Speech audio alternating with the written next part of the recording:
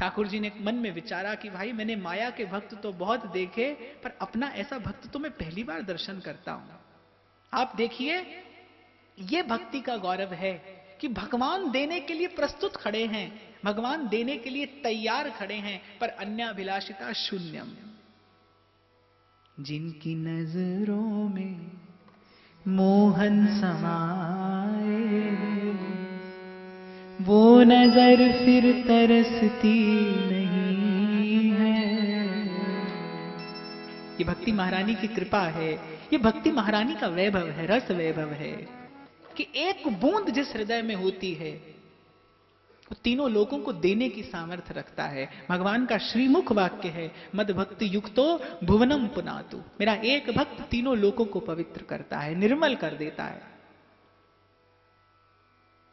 साधु रूपी भगवान भक्त से हार कर वो मणि उसी छप्पर में खोसी और चल दिए।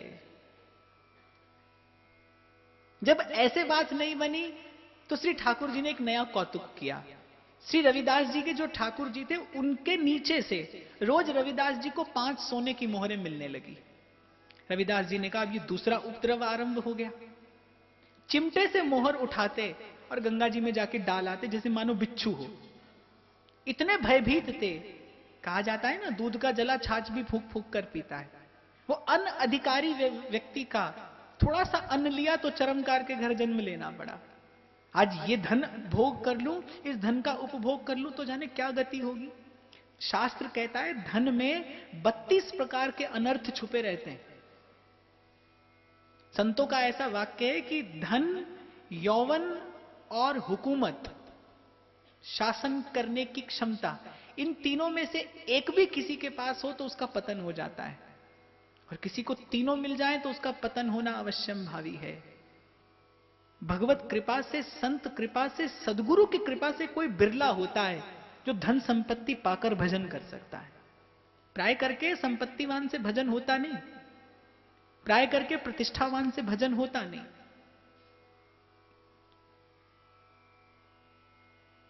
पांच मोहरें ठाकुर जी देने लगे और रविदास जी नित्य प्रति चिमटे से मोहर उठाते और गंगा जी में डाल आते। ठाकुर जी ने कहा कि हमारी दाल तो यहां भी नहीं गली। श्री ठाकुर जी ने स्वप्न में आदेश दिया, देखो हमसे बहुत अधिक परिश्रम मत कराओ, मैं तुम्हें देना चाहता हूं तो तुम्हें स्वीकार करना पड़ेगा। रविदास जी ने कहा महाराज हम आपसे चाहते ही नहीं, हम आपसे स्वीकार करना ही नहीं चाहते, आप हमें कैसे दे देंगे। कबीरा मन निर्मल भया, जो गंगा का नीर, पीछे पीछे हरि फिरे, कहें कबीर कबीर। मन निर्मल हुआ तो प्रभु पीछे पीछे डोलते हैं। भक्त को भगवान से भी कुछ नहीं चाहिए। एक होता है भगवान को पाना और एक होता है भगवान से पाना। भगवान से पाने वाला अधूरा ही रहता है, भगवान को पाने वाला सदा सदा के लिए तृप्त हो जाता है। यह लब्धवा पुमान अमृतो भवति, सिद्धो भवति, तृप्तो भवति।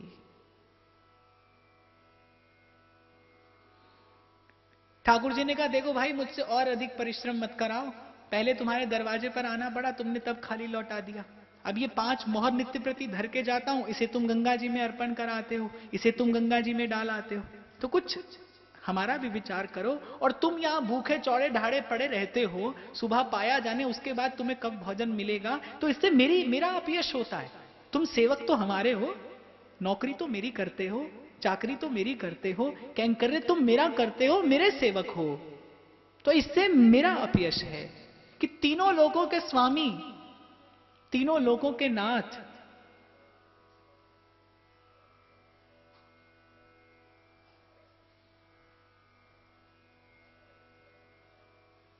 कि जिनकी मात्र कृपा दृष्टि से सकल विश्व को पलते देखा,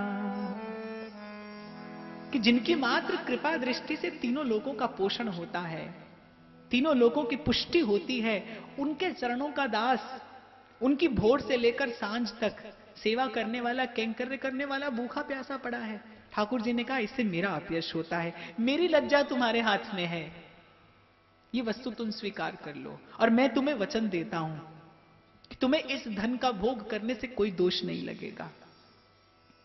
संपत्ति का होना, साधन का होना बुरा नहीं है, संपत्ति और साधन का उपभोग करना बुरा है। साधन, संपत्ति, रूप, यौवन, प्रभुता, ये सब जीव को पूर्व के पुण्य से प्राप्त होते हैं। पुण्य का परिपाक होता है तो ये सब फल मिलते हैं। लेकिन अक्सर होता क्या है कि संत का मार्गदर्शन ना हो, जीवन में सत्संग ना हो, तो व्यक्ति इनको पाकर भटक जाता है। और यदि सत्संग मिल जाए तो स्वर्ण में सुगंध हो जाती है। सत्संग मिल जाए तो व्यक्ति प्रभु का दिया प्रभु को अर्पण करके कृतकृत्य हो जाता है, कृतार्थ हो जाता है। खैर रविदास जी भारी मन से वो धन स्वीकार करने लगे, लेकिन अब जब धन आने लगा तो रविदास जी ने सोचा कि फिर और उत्कृष्ट रीति से संतों की सेवा करनी चाहिए। बड़ा सुंदर भवन निर्माण किया, बड़ी सुंदर राधा और माधव की, राधा श्याम सुंदर की अष्टयाम सेवा पधराई। श्री रविदास जी की भक्ति का प्रकाश उजास चहुं दिशाओं में फैलने लगा। और संसार में भक्त को भगवान सब कुछ देते हैं, लेकिन बहुत अधिक सम्मान नहीं देते। क्यों? तुलसी कहते हैं, कंचन तजनो सहज है, सहज त्रिया कोने, मान बढ़ाई ईर्षा, तुलसी दुर्लभ ये। कंचन और कामिनी का लोभ तो छूट जाता है, अपनी कीर्ति, अपनी बढ़ाई, अपना यश, अपनी प्रतिष्ठा, इसका लोभ संतों का भी पतन करा देता है। आप सोचिए, जिस कामदेव ने भगवान भूतनाथ की समाधि भंग कर दी, वो ऐसा कामदेव नारद जी की तपस्या भंग नहीं कर सका। नारद जी की तपस्या कामदेव नहीं भंग कर सका, लेकिन नारद जी का तप, नारद जी का भजन दो प्रशंसा के शब्दों से भंग हो गया। कामदेव जिनको नहीं गिरा सका, उनको प्रशंसा के दो वाक्यों ने गिरा दिया। इसलिए भगवान अपने भक्त को बहुत अधिक संसार का सम्मान नहीं देते। अगर सम्मान मिलता है तो प्रभु साथ में कोई ऐसा भी बानक रच देते हैं कि भक्त की निंदा हो जाती है, भक्त का अपमान होने लगता है। श्री ठाकुर जी ने अब नया कौतुक कर दिया। भक्त होता किस लिए है? भगवान के हाथ का खिलौना है। भगवान लीला करते हैं, क्रीड़ा करते हैं, पर किस लिए? उसका हेतु है कि भक्त के माध्यम से ही भगवान स्वयं आते हैं। तो भगवान के आने का हेतु कुछ भी हो सकता है। परित्राणाय साधूनाम विनाशाय च दुष्कृताम धर्म संस्थापनार्थाय संभवामि युगे युगे। बहुत से हेतु भगवान के हो सकते हैं, लेकिन भक्त जब आता है या भक्त को जब भगवान भेजते हैं तो केवल एक ही हेतु होता है, भक्ति की और प्रेम के धर्म की प्रतिष्ठा करना, प्रेम का प्रकाश करना, जो भक्त के अलावा शायद भगवान भी स्वयं नहीं कर सकते। मैं तो कई बार विचार करता हूं कि उद्धव जो भगवान के परम अंतरंग हैं, परम ज्ञानी हैं, सुहृद हैं, सखा हैं, श्री कृष्ण के परम कृपा पात्र हैं, परम भागवत हैं, लेकिन जब भगवान ने प्रेम का दान करना था तो श्री कृष्ण ने गोपियों की शरण में भेजा। बोले कि यह कार्य मैं नहीं कर सकता, ये कार्य तो वो ब्रज की गंवार गोपांगनाएं कर सकती हैं, जिनके रोम रोम में मेरा प्रेम, जिनके रोम रोम में मेरी भक्ति समाई है। अब जब बहुत संत सेवा होने लगी, रविदास जी का बहुत यश होने लगा, तो नगर के ब्राह्मणों को बड़ी ईर्ष्या हुई। नगर के ब्राह्मणों को बड़ा कष्ट हुआ कि अरे ये शूद्र होकर इसका इतना सम्मान होता है, ये शूद्र है, अनधिकारी है, कुछ नहीं जानता, गंवार है, स्पर्श करने योग्य भी नहीं है, और इसका इतना सम्मान संसार में हो रहा है। उन्होंने जाकर राजा के कान भरने आरंभ कर दिए कि राजन, आपके राज्य में तो बड़ा अनाचार हो रहा है, आपके राज्य में बड़ा अत्याचार हो रहा है। राजा ने पूछा ऐसी कौन बात हो गई? तो बोले अरे वो शूद्र होकर भगवत सेवा करता है, भगवान की मूर्ति घर में पधराई है, और जिस राजा के राज्य में ऐसा अनाचार होता हो, उस राजा का नष्ट हो जाना अवश्यम भावी है। अब राजा भी विचार में पड़ गया। हालांकि राजा सात्विक प्रकृति का था, लेकिन आप सोचिए, भीष्म भगवान के प्रमुख भक्तों में से एक हैं, जब जाने लगे तो द्वारिकाधीश से पूछ बैठे कि बोले प्रभु मैंने तो मन से भी कोई पाप नहीं किया, क्या कारण है कि मुझे इतना कष्ट इस संसार में झेलना पड़ा। मैं गंगा पुत्र हूं, निर्मलता से मेरा जन्म हुआ है, पावनता मेरा उद्गम स्तोत्र है, क्या क्या कारण है ऐसा जिससे आप मुझ पर क्रोधित हो गए और कष्ट और इतनी पीड़ा सहन करनी पड़ी। प्रभु ने कहा कि जब भरतवंश की राजसभा में द्रौपदी का अपमान हो रहा था, आप मौन क्यों बैठे रहे? आप समर्थ थे, आपका बल किस काम का यदि आप एक नारी की अस्मिता का रक्षण नहीं कर सके? वो आपकी कुल वधू थी, इतना बड़ा अत्याचार, इतना बड़ा अनाचार आपके सामने हो गया, आप चुप बैठे रहे। और अधर्म को मौन होकर स्वीकृति देना अधर्म में शामिल होने जैसा है, इसलिए दंड का विधान आपके लिए हुआ। तो भीष्म पितामह ने स्वीकार किया कि चाहे कैसे भी, लेकिन मैंने संग तो दुर्योधन का किया था। आप देखिए भीष्म जैसा परम भागवत भी, उसको भी संग का दोष लगा और उनको दंड सहन करना पड़ा। तो राजा ने ब्राह्मणों का संग किया। महाराज फरमाते हैं संत की निंदा नान का और बहर बहर अवतार। एक छोटी सी बात यहां निवेदन करूंगा कि आप संत का सम्मान न कर सको कोई बात नहीं, लेकिन संत का अपमान नहीं करना। हमारा भारत देश, यहां की परंपरा, यहां का गौरव यह है कि यहां संत के वेश का भी सम्मान किया जाता है। भक्तमाल में कितने ऐसे प्रसंग हैं कि ऐसे ऐसे वेशनिष्ठ राजा हुए कि उनके द्वार पर यदि कोई वैष्णव का वेश बनाकर आता था तो उसके लिए अपना खजाना खोल देते थे। और कितनी बार ऐसा होता था कि अनधिकारी व्यक्ति, चोर, कुटिल व्यक्ति संत का वेश बनाकर आते थे और अपार धन संपत्ति लूट कर ले जाते थे।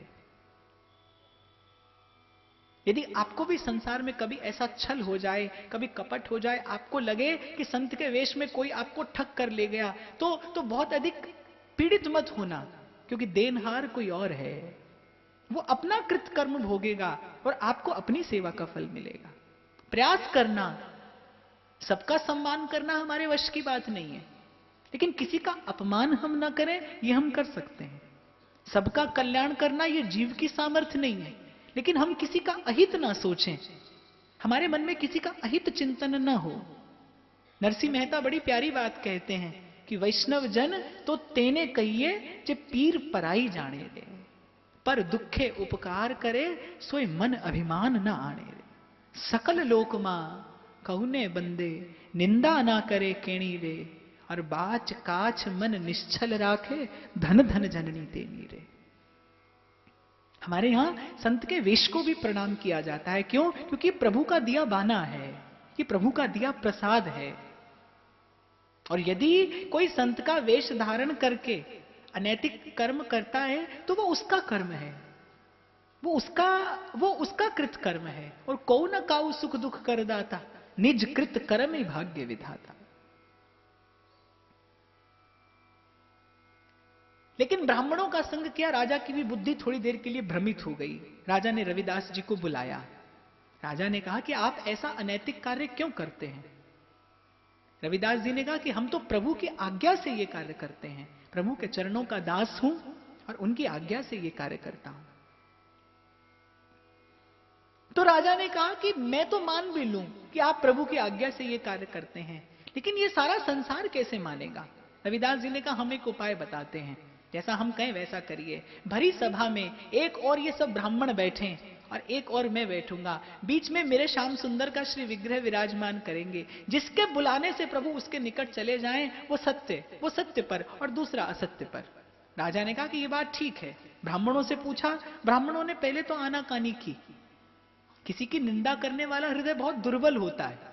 सत्य को झेलने की, सत्य को धारण करने की और सत्य को समक्ष रखने की सामर्थ्य सब में नहीं होती। एक शायर कहता है, सच बोलने का मजा देख लिया मियां, जहां तुम हो वहां कोई नहीं है। और ये तो संसार का नियम है। बहुत अधिक सच्चे व्यक्ति को संसार स्वीकार नहीं करता। क्यों? क्योंकि असत्य दुर्बल है। जहां राम तहां काम नहीं, और जहां काम नहीं राम। पहले तो ब्राह्मणों ने आनाकानी की, लेकिन फिर ब्राह्मणों ने कहा कि अब हमारे पास कोई और उपाय भी नहीं है। और मन में विचार करने लगे कि अरे शूद्र है, ये क्या जाने प्रभु को रिझाना क्या है, ये क्या जाने प्रभु को मनाना क्या है। बैठ गए, समस्त वेद मंत्रों का उच्चारण कर दिया, थक गए, हार गए, लेकिन श्री ठाकुर जी टस से मस नहीं हुए। और भक्त के पास क्या साधन होता है? वो और कुछ नहीं जानता, केवल अपने प्रभु को याद करना, तुझे देखना इबादत और तेरी याद बंदगी है। उसे केवल यही आता है। जिसने अपना सर्वस्व न्यौछावर कर दिया, जिसका साधन भी वही, जिसका साध्य भी वही, जिसका सर्वस्व वही, उसके पास उसके आश्रय के अलावा और कोई तरीका नहीं है। रविदास जी गाने लगे, प्रभु जी